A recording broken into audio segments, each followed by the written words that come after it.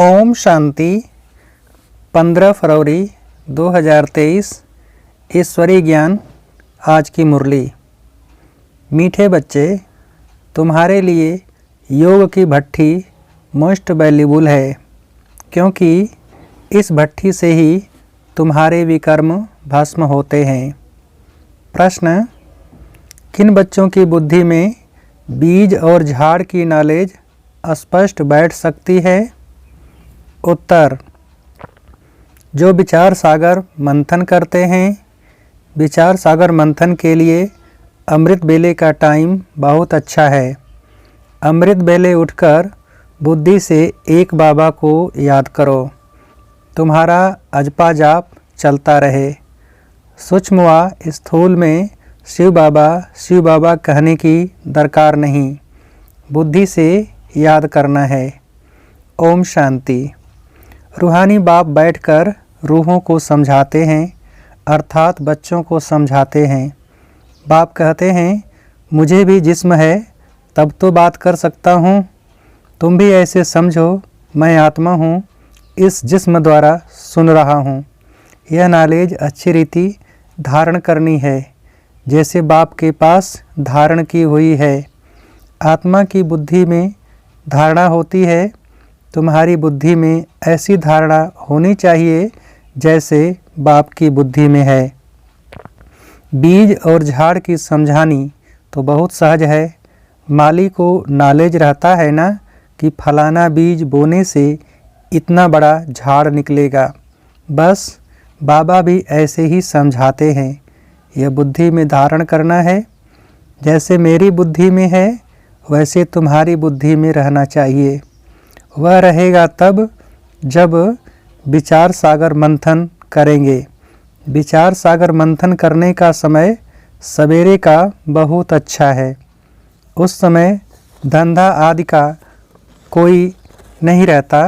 भक्ति भी मनुष्य सवेरे करते हैं, यहाँ वहाँ जाते रहते हैं, वह बैठकर कोई नाम जपते रहते हैं, वह गीत गाते हैं, आवाज़ करते, कोई तो अंदर ही राम राम रटते हैं। यह भक्ति का अजपा जाप होता है। कोई माला भी फेरते हैं। तुमको शिव शिव कहना नहीं है।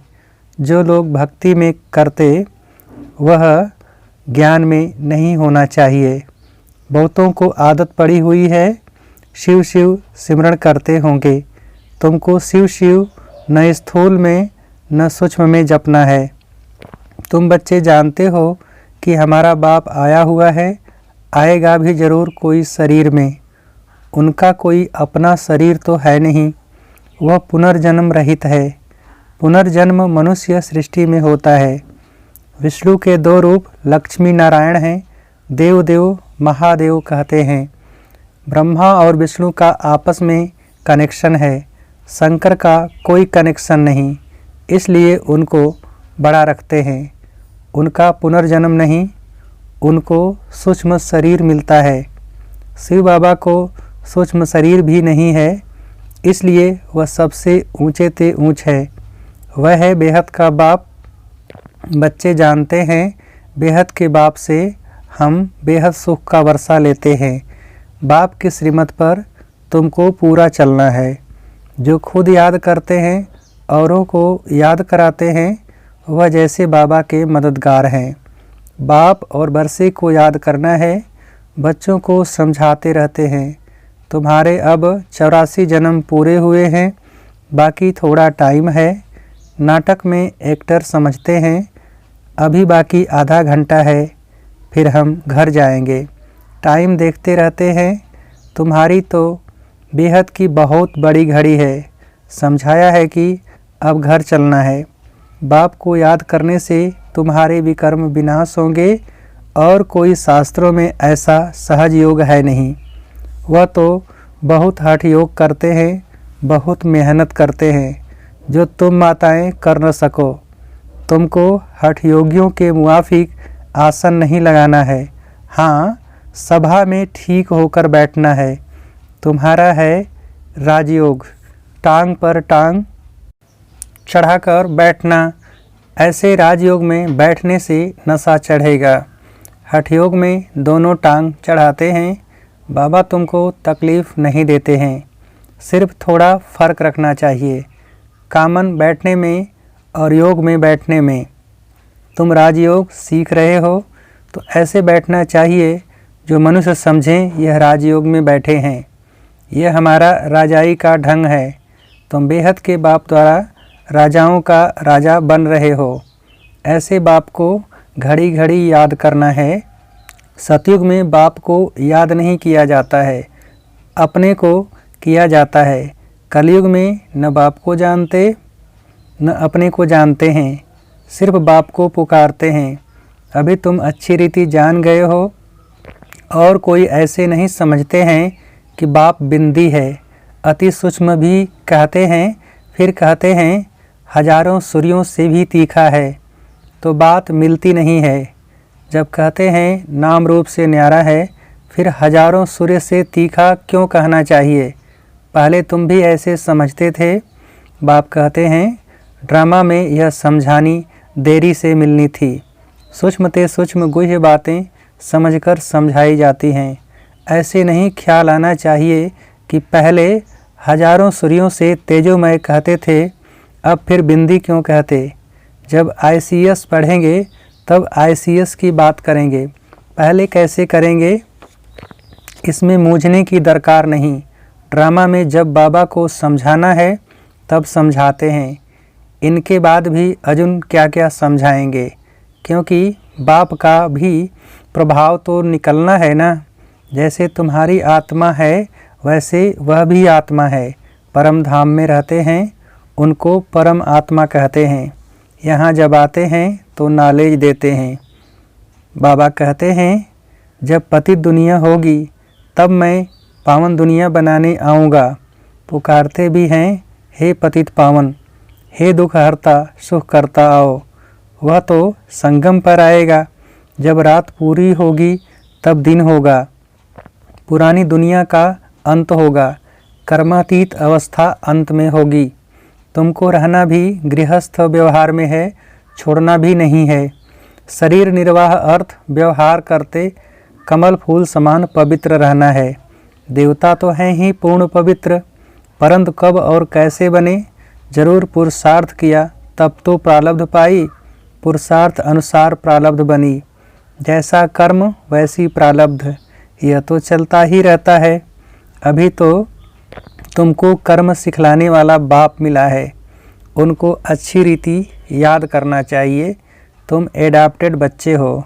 मारवाड़ियों में एडाप्शन बहुत होती है, तुम्हारी भी एडाप्शन है। तुम इनके गर्भ से नहीं निकले हो। एडाप्शन में दोनों बाप याद रहते हैं। अंत तक जानते हैं कि हम असूल किसका था, अब इनकी गोद के बच्चे बने हैं। तुम भी जानते हो हम किसके थे और किसके बने हैं। मैं एडाप्ट हुआ हूँ परमपिता परमात्मा के पास। वह है स्वर्ग का रचयिता। उनकी रचना कितना समय चलती है? आधा कल्प।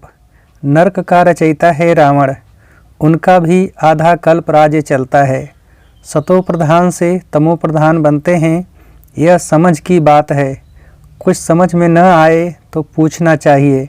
जब सूर्य चाँद को ग्रहण लगता है तो कहते हैं दे दान। सूर्य चाँद को माँ बाप कहा जाता है। यहाँ भी मेल फीमेल दोनों को ग्रहण लगता है, तब कहते हैं 5 विकारों का दान दे दो। वह तो वर्ष में 1-2 बारी ग्रहण लगता है, यह तो कल्प की बात है। बाप आकर एक ही बार दान लेते हैं। मनुष्य बिल्कुल संपूर्ण काले बन गए हैं।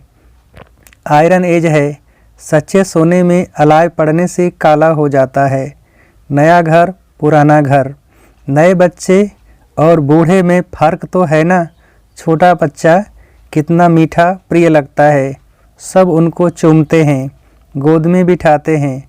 पुराना जड़ जड़ीभूत हो जाता है तो कहते हैं कहाँ शरीर छूटे तो अच्छा, ज़्यादा दुख क्यों सहन करें। आत्मा एक शरीर छोड़ जाकर दूसरा लेती है। यहाँ हम बीमार को मरने नहीं देते हैं, फिर भी जितना सुने उतना अच्छा। शिव बाबा और वर्षे को याद करते रहें। बीमारी में जब ज़्यादा पीड़ा होती है तो सब भूल जाता है। बाकी जिसका किसमें भाव होता है वह सामने आ जाता है। तुम्हारा तो अंजाम है, वायदा है, मेरा तो एक शिव बाबा दूसरा न कोई, फिर दूसरे किसको याद क्यों करते हो।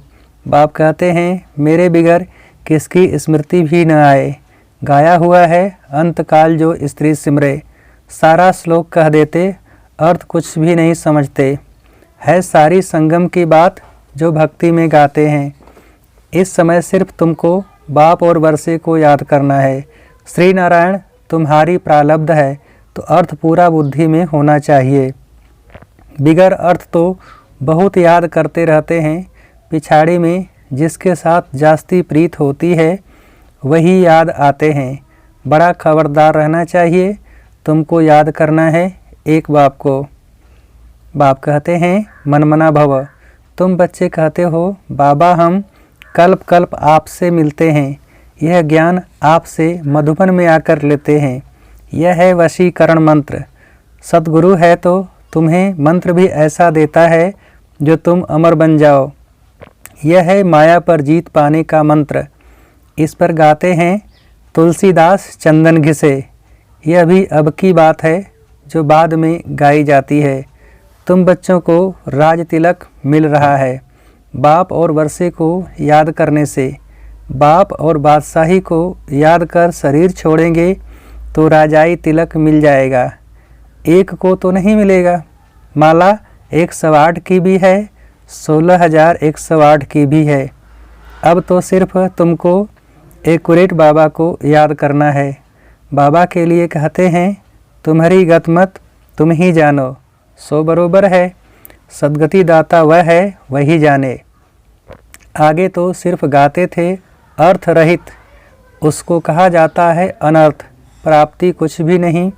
मनुष्य दान पुण्य आदि करते करते उतरते ही आए हैं। प्राप्ति कुछ भी नहीं है। आसुरी मत पर सब अनर्थ हो गया है। यह भी नारायण की पूजा करते थे, अब फिर पुजारी से पूज्य बन रहे हैं प्रैक्टिकल में। अब तुम बच्चे जानते हो शिव बाबा हमको पढ़ाते हैं। यह तो पक्का याद रखना है, नहीं तो विक्रम विनाश नहीं होंगे। यह योग की भट्ठी मोस्ट वैल्यूबल है। मुक्ति भी मिलती है ना।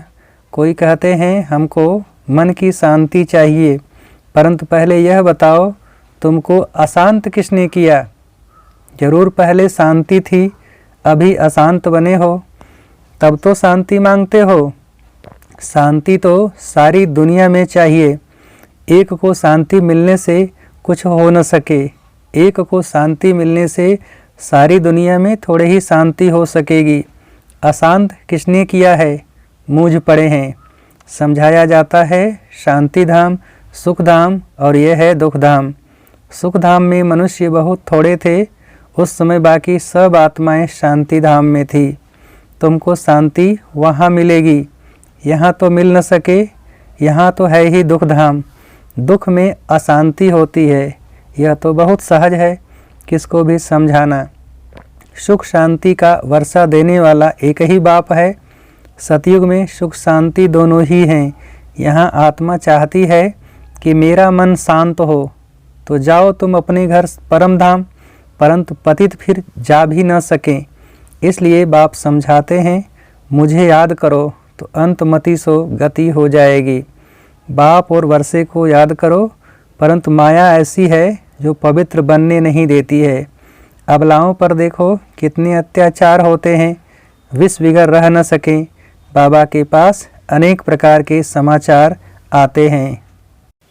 सबसे बड़ी हिंसा काम महाशत्रु की है। बाप कहते हैं बच्चे विष छोड़ो, काला मुंह नहीं करो। तो कहते हैं कोशिश करेंगे। यह जहर है, आदि मध्य अंत दुख देने वाला है, परंतु तकदीर में नहीं है तो सुनते ही नहीं हैं। आत्माओं को बाप बैठ समझाते हैं आज से विकार में नहीं जाना, तो मुंह नीचे कर देते हैं। अरे काम महाशत्रु है, यह अच्छा थोड़े ही है। यह है ही विशेष वर्ल्ड, सब पतित हैं। सतयुग में सभी संपूर्ण निर्विकारी हैं। अच्छा, माता पिता बाप दादा के कल्प अथवा 5000 वर्ष के बाद मिले हुए मीठे मीठे सिकीलधे बच्चों को याद प्यार और गुड मॉर्निंग। रूहानी बाप की रूहानी बच्चों को नमस्ते। हम रूहानी बच्चों की रूहानी बाप को नमस्ते। धारणा के लिए मुख्य सार। पहली पॉइंट, टाइम बहुत थोड़ा है, इसलिए बाप का पूरा मददगार बनकर रहना है। बाप और वर्षे को याद करना है और दूसरों को भी कराना है। दूसरी पॉइंट, अंत समय में एक बाप की याद रहे, इसके लिए दिल की प्रीत एक बाप से रखनी है। बाप बिगर और कोई की स्मृति न आए, इसके लिए खबरदार रहना है। वरदान, सोचना, कहना और करना, इन तीनों को समान बनाने वाले बाप समान संपन्न भव। सोचना, कहना और करना, इन तीनों को समान बनाने वाले बाप समान संपन्न भव। विस्तार, बाप दादा अब सभी बच्चों को समान और संपन्न देखना चाहते हैं। संपन्न बनने के लिए सोचना, कहना और करना तीनों समान हो, इसके लिए सब तैयारी भी करते हो, संकल्प भी है, इच्छा भी यही है, लेकिन यह इच्छा पूरी तब होगी जब और सब इच्छाओं से इच्छा मात्रम अविद्या बनेंगे। छोटी छोटी अनेक प्रकार की इच्छाएं ही इस एक इच्छा को पूर्ण करने नहीं देती हैं। स्लोगन, अव्यक्त व कर्मातीत स्थिति का अनुभव करना है तो कथनी, करनी और रहनी को समान बनाओ। अव्यक्त व कर्मातीत स्थिति का अनुभव करना है तो कथनी, करनी और रहनी को समान बनाओ। अच्छा, ओम शांति।